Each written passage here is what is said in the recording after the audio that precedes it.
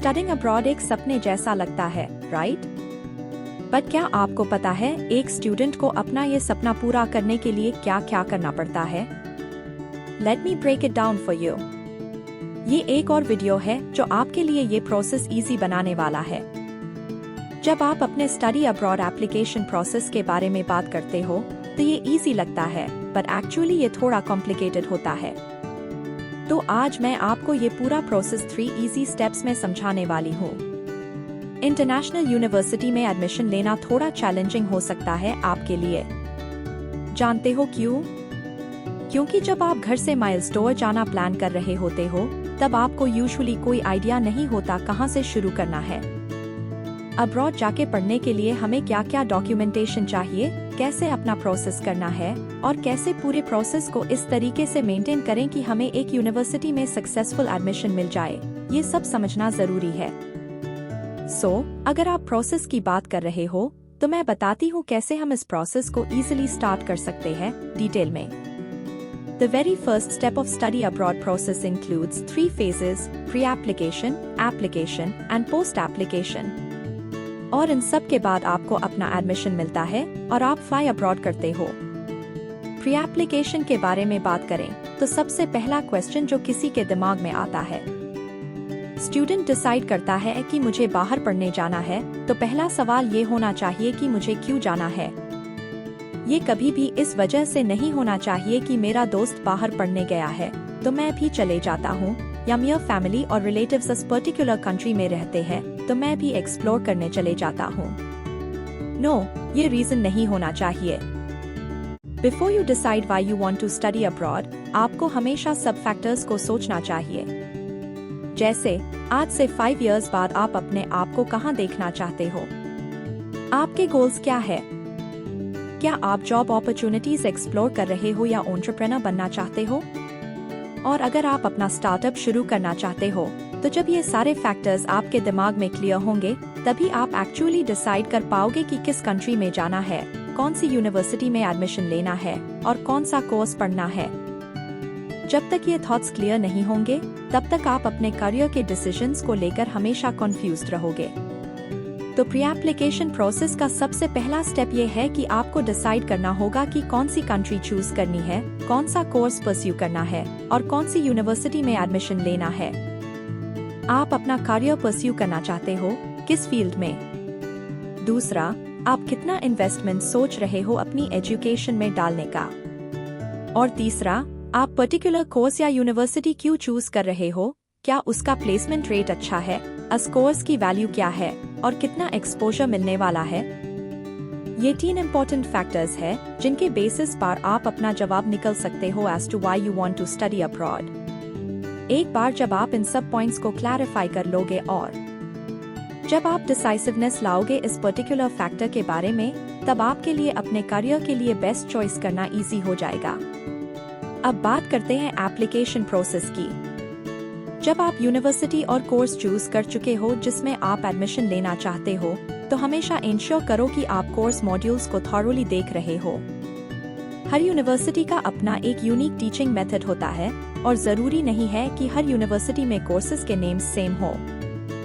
For example, अगर आप masters in management course के लिए अप्लाई कर रहे हो तो कुछ यूनिवर्सिटीज में ये course masters in business management के नाम से हो सकता है और दूसरी यूनिवर्सिटीज में ये masters in international business management के नाम से मिल सकता है। हर यूनिवर्सिटी के पास अपने यूनिक वर्जन्स होते हैं कोर्सेज के। एज अ स्टूडेंट, आपको हमेशा अपने ऑप्शंस क्लियर होने चाहिए और आपको कोर्स मॉड्यूल्स को अच्छी तरह से देखना चाहिए जो हर यूनिवर्सिटी के कोर्सेज में अवेलेबल होते हैं। तो एक बार जरूर चेक कर लेना कि इस पर्टिकुलर कोर्स में कौन से स्पेसिफिक सब्जेक्ट्स और मॉड्यूल्स हैं जो आप पढ़ने वाले हो। इस तरह से आप अपने लिए मोर इंटरेस्टिंग सब्जेक्ट्स भी आइडेंटिफाई कर सकते हो। योरसेल्फ। अब बात करते हैं सेकंड पॉइंट की, जो आपके एप्लीकेशन प्रोसेस का सबसे इंटीग्रल और इम्पोर्टेंट पार्ट है, और वो है आपका डॉक्यूमेंटेशन। जब डॉक्यूमेंटेशन की बात होती है तो कुछ बेसिक डॉक्यूमेंट्स जो जरूरी होते हैं अनमेन आपके एकेडमिक रिकॉर्ड्स, सीवी और पासपोर्ट शामिल होते हैं। इनके अलावा एक और चीज जो आपके एप्लीकेशन प्रोसेस में क्रूशियल रोल प्ले करती है वो है आपका स्टेटमेंट ऑफ पर्पस, SOP, और एसेज जो आप यूनिवर्सिटी को लिखते हो। हमेशा इंश्योर करो कि आप एक स्पेसिफिक स्टोरी लिखने की कोशिश नहीं कर रहे हो, क्योंकि कोई भी आपकी पर्सनल स्टोरी में इंटरेस्टेड नहीं होता। एडमिशन टीम के पास बहुत सारे एसेज होते हैं जो वैसे ही होते हैं। तो जो भी ऐसे आप यूनिवर्सिटी को लिख रहे हो वो कंसाइज, इंफॉर्मेटिव और टू द पॉइंट होना चाहिए। उसमें ये क्लियरली डिस्क्राइब होना चाहिए कि क्यों यूनिवर्सिटी आपको एज अ स्टूडेंट कंसिडर करे और आप क्यों उस यूनिवर्सिटी में पढ़ने जाना चाहते हो। इंश्योर करो कि ये 2 पॉइंट्स ब्रीफली कवर हो रहे हैं ताकि आप उस पर्टिकुलर यूनिवर्सिटी में एडमिशन सिक्योर कर सको। अब बात करते हैं दूसरे डॉक्यूमेंट्स और प्रोसेस की, जैसे आपका टेस्ट रिजल्ट। ये आपका इंग्लिश प्रोफिशिएंसी टेस्ट होता है जो आपको देना पड़ता है जब आप एडमिशन के लिए अप्लाई कर रहे हो। यूनिवर्सिटीज में अलग अलग टेस्ट्स होते हैं, जैसे टोफल, पीटी, IELTS और लिंग्वा स्किल। ये कुछ टेस्ट्स हैं जो आप यूनिवर्सिटीज में एडमिशन के लिए दे सकते हो जब आप इन एग्जाम्स की तैयारी कर रहे हो। इंश्योर करो कि आप इन एग्जाम्स के कंटेंट को भी थॉरोली समझ रहे हो, क्योंकि हर इंग्लिश प्रोफिशिएंसी टेस्ट का अपना अलग करिकुलम होता है। कुछ टेस्ट्स एकेडमिक इंग्लिश से रिलेटेड होते हैं जो आपने अपने स्कूल के दौरान पढ़ रखा होगा, और कुछ टेस्ट्स प्रोफेशनल लेवल इंग्लिश के लिए होते हैं। लेकिन इंश्योर करो कि कोई भी टेस्ट या इंग्लिश प्रोफिशिएंसी टेस्ट जो आप दे रहे हो वो एकेडमिक टेस्ट हो अगर आप स्टडी वीजा के लिए अप्लाई कर रहे हो। तो जब आपने अपने सारे डॉक्यूमेंट्स, एसेज और इंग्लिश रिक्वायरमेंट टेस्ट कंप्लीट कर लिए हैं, तब आप एक्चुअली यूनिवर्सिटी में अपना एप्लीकेशन सबमिट कर सकते हो। अब बात करते हैं थर्ड पार्ट की, जो कि सबसे इम्पोर्टेंट है। एक बार जब आप एडमिशन के लिए रजिस्टर हो गए हैं और आपको ऑफर लेटर मिल रहा है, तो इस टाइम पर आपको ध्यान देना होगा, क्योंकि हर यूनिवर्सिटी का टर्न अराउंड टाइम अलग होता है। आप इसके लिए प्रिपेयर कर रहे हो, तो जब आप ऑफर लेटर का इंतजार कर रहे हो तब कुछ और चीज है जो टाइमली करनी चाहिए। पहला, आपको हमेशा अपने फंड्स की तैयारी करनी चाहिए जब तक आपका ऑफर लेटर आता है। दूसरा पॉइंट है एकोमोडेशन। ये होता है कि स्टूडेंट्स पहले ऑफर लेटर का इंतजार करते हैं और फिर एकोमोडेशन और दूसरी तैयारियों पर फोकस करते हैं। लेकिन एक समझदार चॉइस ये है कि जब आप अपना एप्लीकेशन फाइल करते हैं तब से लेकर ऑफर लेटर मिलने तक का टाइम ड्यूरेशन यूज करना चाहिए, ताकि आप अपने लोन डॉक्यूमेंट्स तैयार कर सके। अगर आप एजुकेशनल लोन लेने का सोच रहे हो, be prepared, and the second important point is your accommodation.